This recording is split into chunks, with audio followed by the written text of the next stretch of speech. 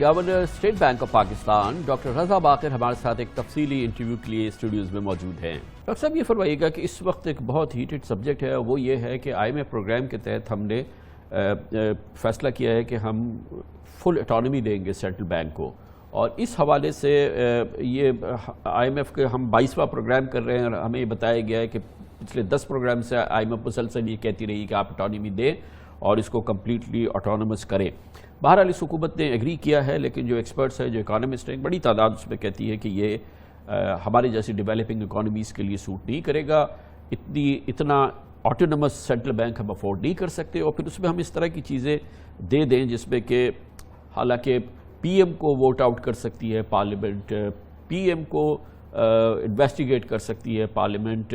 P M کو cabinet کو F آئی اے NAB investigate کر سکتی ہے، لیکن جو اب ہمارے ہاں سینٹرل بینک بن رہا ہے اور سینٹرل بینک کی جو ہیرارکی بن رہی ہے یہ ابو آل بن رہی ہے، اور یہ ایک کہا جا رہا ہے کہ جو گورنر اسٹیٹ بینک ہوں گے یہ governor general of Pakistan economy ہوں گے، اور اس پہ پھر حکومت کی دسترس نہیں ہوگی۔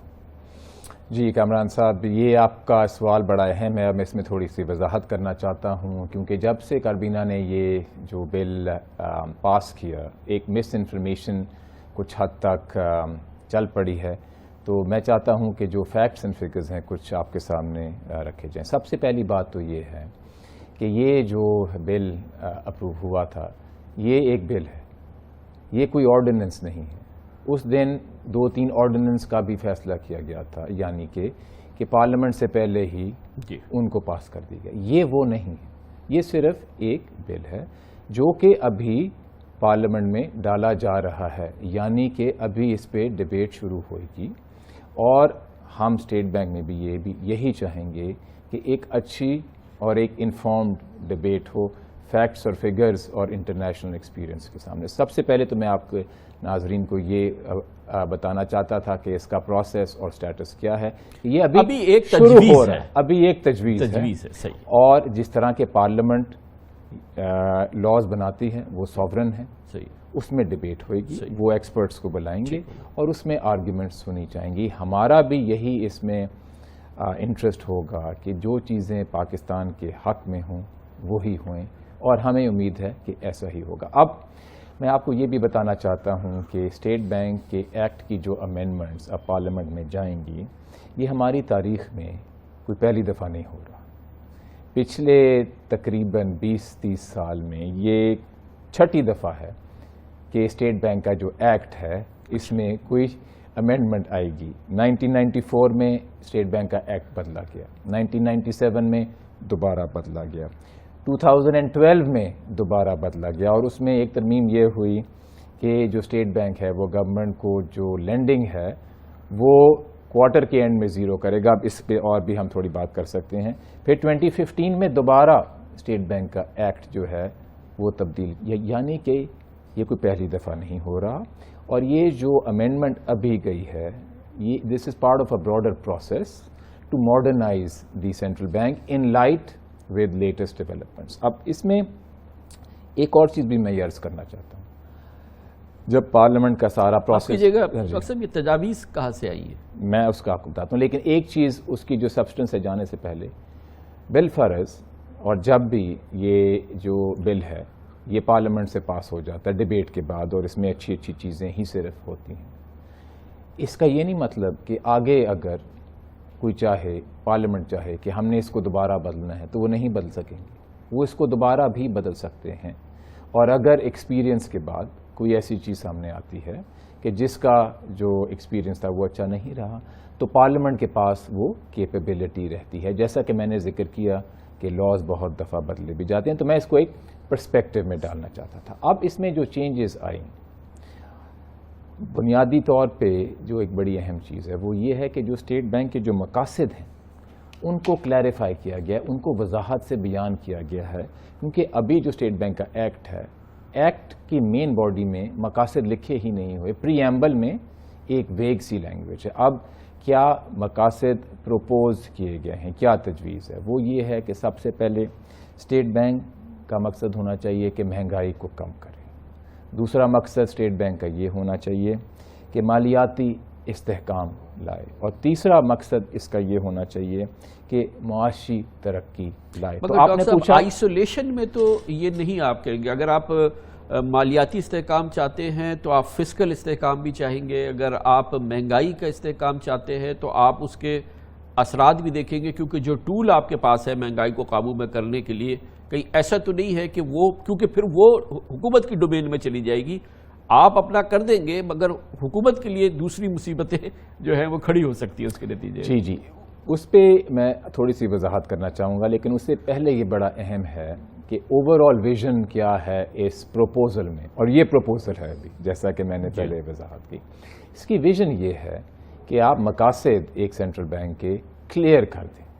ٹھیک ہے، اور آپ نے پارلیمنٹ نے جو بھی وہ بنانے وہ بنا دیں، چاہے اس کا کچھ اور کرنا ہے جو بھی کر دیں، لیکن مقاصد کلیئر کرنے کے بعد اسٹیٹ بینک کو آپریشنل انڈیپینڈنس دے دیں کہ وہ اب ان پہ جا کے عمل کرے، اس عمل میں جو انٹرفیئرنس ہے وہ نہ ہو، اور پھر اسٹیٹ بینک سے پوچھا جائے کہ یہ آپ کے 3 مقاصد سے آپ بتائیں آپ نے کیا کیا۔ اب اکاؤنٹیبلٹی شروع ہوتی ہے کلیئرٹی آف آبجیکٹیو سے۔ اگر کلیئر نہیں ہے کہ آپ کو اسائنمنٹ کیا دی جا رہی ہے تو ہم اکاؤنٹیبل آپ کو کیسے رکھیں گے۔ اب آپ نے کہا کہ یہ کافی سارے جو مقاصد ہیں یہ کراس کٹنگ ہے۔ اب اس میں جو اکاؤنٹیبلٹی کی پروویژنز ہیں، جس کا بھی اگر آپ چاہیں تو میں ذکر کروں گا، وہ یہ ہے کہ اسٹیٹ بینک کو بتانا ہوگا کہ اس نے ان مقاصد پہ کیا کام کیا، اور مثلا پہلی ہے مہنگائی کو کم کرنا۔ تو ظاہر ہے اگر مہنگائی اس لیے ہو رہی ہے کہ جس طرح ماضی میں اسٹیٹ بینک کو کہا جاتا تھا کہ آپ نوٹ چھاپیں اور گورنمنٹ کو قرضہ دیں، تو اس مقصد سے اگر اس کو رکھا جاتا ہے کیا ہوئے گا کہ وہ چیزیں نہیں ہوں گی۔ مگر جو ڈاکٹر صاحب اس میں بہرحال اسٹیٹ بینک کو، ریاست کو، ملک کو، عوام کو مل کے کام کرنا ہے، آئسولیشن میں تو اسٹیٹ بینک نہیں کر سکتا۔ اس کے لیے ایک برج تھا جو کہ یہاں بنا ہوا تھا، یہ جو فائنانس مانیٹری پالیسی بورڈ تھا، جو کہ اس کا ایک پل کا کام ہوتا تھا کہ حکومت اپنی ضروریات بتاتی تھی، آپ بیٹھتی تھی اور وہاں پہ اس فورم پہ پہلے، اب وہی ہٹا دیا گیا ہے، اب آپ کے بورڈ پہ بھی نہیں ہوں گے، آپ اپنی رپورٹ دیں گے مگر آپ کو اس پہ آپ کے اگر وہ رپورٹ کے حوالے سے اگر آپ کی کارکردگی پہ تسلی نہیں ہے تو اس پہ کچھ نہیں ہو سکتا۔ وہ آپ اپنی رپورٹ دیں گے، پہلے 3 مہینے میں دیتے تھے، اب 1 سال میں دیں گے۔ اس طرح سے وہ جو کنیکٹ تھا جو ہماری جیسی ڈیولپنگ کنٹریز کے درمیان ایگزیکٹو اور سینٹرل بینک کے درمیان ہونا چاہیے، اور جو تمام اس طرح کے ملکوں میں ہے زیادہ تر میں، وہ ہم بریک کر رہے ہیں یہاں پہ۔ جی میں اس پہ آپ کی تھوڑی سی وضاحت کر دوں کامران صاحب کہ اسٹیٹ بینک میں جو امپورٹنٹ ڈیسیجن میکنگ باڈیز یا لوگ ہیں وہ کیا ہیں۔ ایک ہے ہمارا بورڈ جس میں 8 لوگ باہر سے آتے ہیں، پھر ہے ہماری مانیٹری پالیسی کمیٹی، اس میں 3 لوگ باہر سے آتے ہیں، پھر گورنر اور ڈپٹی گورنرز وہ 4 ہو گئے، تو یہ 15 امپورٹنٹ اپوائنٹمنٹس ہوئیں۔ یہ ساری اپوائنٹمنٹس گورنمنٹ ہی کرتی ہے، ابھی بھی ایسے ہے اور آگے بھی ایسے ہی رہے گا، یعنی کہ اس میں کوئی تبدیلی نہیں آ رہی۔ تو جب ہم کوآرڈینیشن کی بات کرتے ہیں تو سب سے پہلی چیز ہمیں یہ ذہن میں رکھنی چاہیے کہ جو سارے اہم رولز ہیں اسٹیٹ بینک میں وہ اس پروپوزڈ امینڈمنٹس میں بھی گورنمنٹ ہی اپوائنٹ کرے گی، نمبر 1۔ نمبر 2، ایک آپ نے اسپیسیفک مثال دی monetary fiscal policies coordination board کی، تو اس کے حوالے سے میں یہ کہنا چاہتا ہوں کہ یہ کوئی اکلوتا بورڈ نہیں ہے کہ جس سے کوآرڈینیشن ہو رہی ہے۔ اسٹیٹ بینک کو ای سی سی کی میٹنگز میں بلایا جاتا ہے، اور پرنسپل باڈی تو وہی ہے economic coordination committee of the cabinet, تو وہاں پہ کوآرڈینیشن ہوتی ہے۔ اس کے علاوہ گورنمنٹ پہ کوئی پابندی نہیں ہے کہ اگر انہوں نے کوئی اور کمیٹی بنانی ہے کہ جس سے کوآرڈینیشن ہو تو وہ بنا لیں۔ اس کو ایلیمینیٹ کرنے کا پروپوزل اس لیے ڈالا گیا کہ اس سے ڈپلیکیشن تھی۔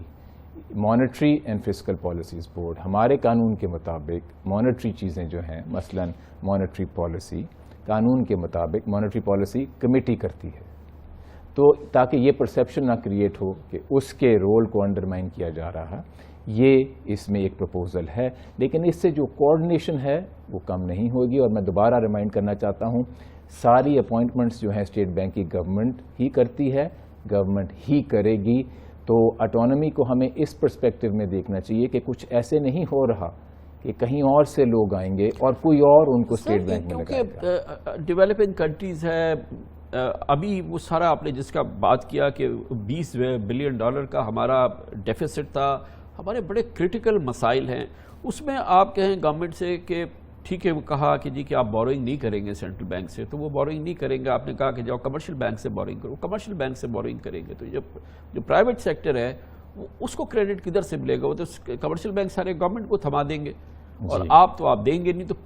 یہ کیسے پھر سالو ہوگا مسئلہ؟ کمران بھائی، اس کا جو جواب ہے وہ جسے ہم کہتے ہیں چکن اینڈ ایگ، یہ پرابلم شروع ہوتی ہے from the word having to borrow. اگر آپ کو بورو نہ کرنا پڑے تو پھر یہ ساری ہی مسائل شروع نہیں ہوں گے. اب بوروئنگ کو کیسے کم کیا جائے؟ ایک جو چیز ہے وہ ہے سیلف ڈسپلن، کہ اگر آپ اپنے لیے مشکل کریں گے تو پھر اپنے فسکل ڈسپلن کو آپ بہتر انداز سے آگے لے کے چلیں. لیکن سر بوروئنگ تو کرنی پڑتی ہے، مصیبتیں میں آپ کو وضاحت کر دوں. دیکھیں، جب آپ سیلف ڈسپلن یہ لے آتے ہیں تو پھر آپ زیادہ ایفرٹ کرتے ہیں کہ ٹیکس ریونیو کو بڑھائیں، کہ جو لوگ ٹیکس نیٹ میں نہیں ہیں ان کو لایا جائے. لیکن اگر آپ کے پاس ایک آسان راستہ موجود ہے کامران صاحب کہ بھئی ٹیکس پے کرنا کام تھوڑا مشکل ہے، میں اسٹیٹ بینک کو کال کر دیتا ہوں، نوٹ اور چھاپ دو تاکہ یہ کم از کم مسئلہ. تو ہم ایک شارٹ ٹرمزم میں رہتے ہیں. یہ گورنمنٹ کو بہت آئی تھنک لوگوں کو اپلوڈ کرنا چاہیے، کریڈٹ دینا چاہیے کہ گورنمنٹ یہ فیصلہ کر رہی ہے کہ ہم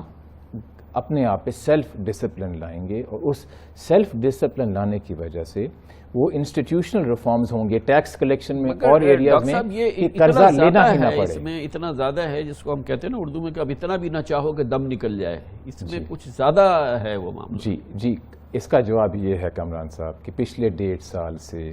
گورنمنٹ نے ایک پیسہ جو ہے وہ اسٹیٹ بینک سے نہیں لیا. تو اگر یہ امینڈمنٹس پاس ہوتی ہیں تو پھر اس میں وہی ہوگا جو ابھی ہوتا آ رہا ہے، کوئی نئی چیز نہیں ہوئے گی. تو اگر پچھلے 1.5 سال سے ایک اچھی طرح ایک اچھا نظام چل رہا ہے جس سے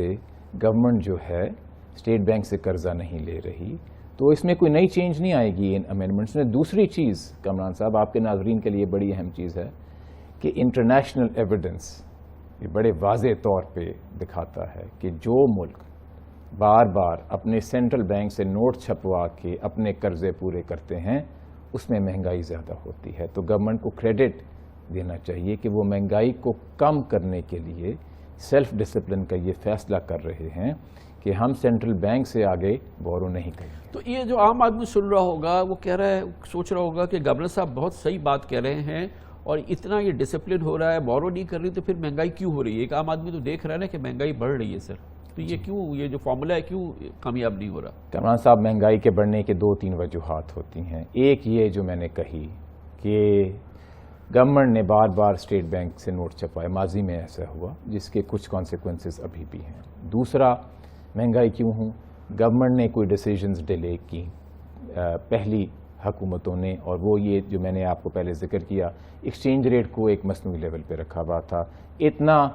کہ خزانہ خالی ہو گیا، کرنٹ اکاؤنٹ ڈیفیسٹ آسمان پہ پہنچ گیا، IMF کے پاس جانا پڑا، ڈیویلیویشن کرنی پڑی. ظاہر ہے کچھ اثر اس کا بھی ہوا. لیکن ابھی جو مہنگائی ہے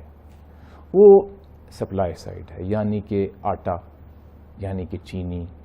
یعنی کہ تیل، اس قسم کی چیزوں سے.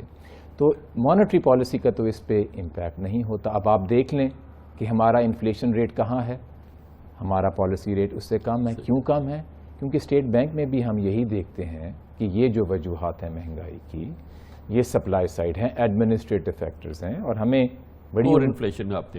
بڑی امید ہے کامران صاحب کہ جو میجرز گورنمنٹ لے رہی ہے، جس میں امپورٹ بھی ہے اور سپلائی ڈسرپشنز کو ایڈریس کرنا ہے، اس سے انشاءاللہ ان کے یہ میجرز کامیاب ہوں گے اور یہ سپلائی سائڈ کے جو فیکٹرز ہیں وہ کم ہوں گے. لیکن جو اہم بات ہے وہ یہ ہے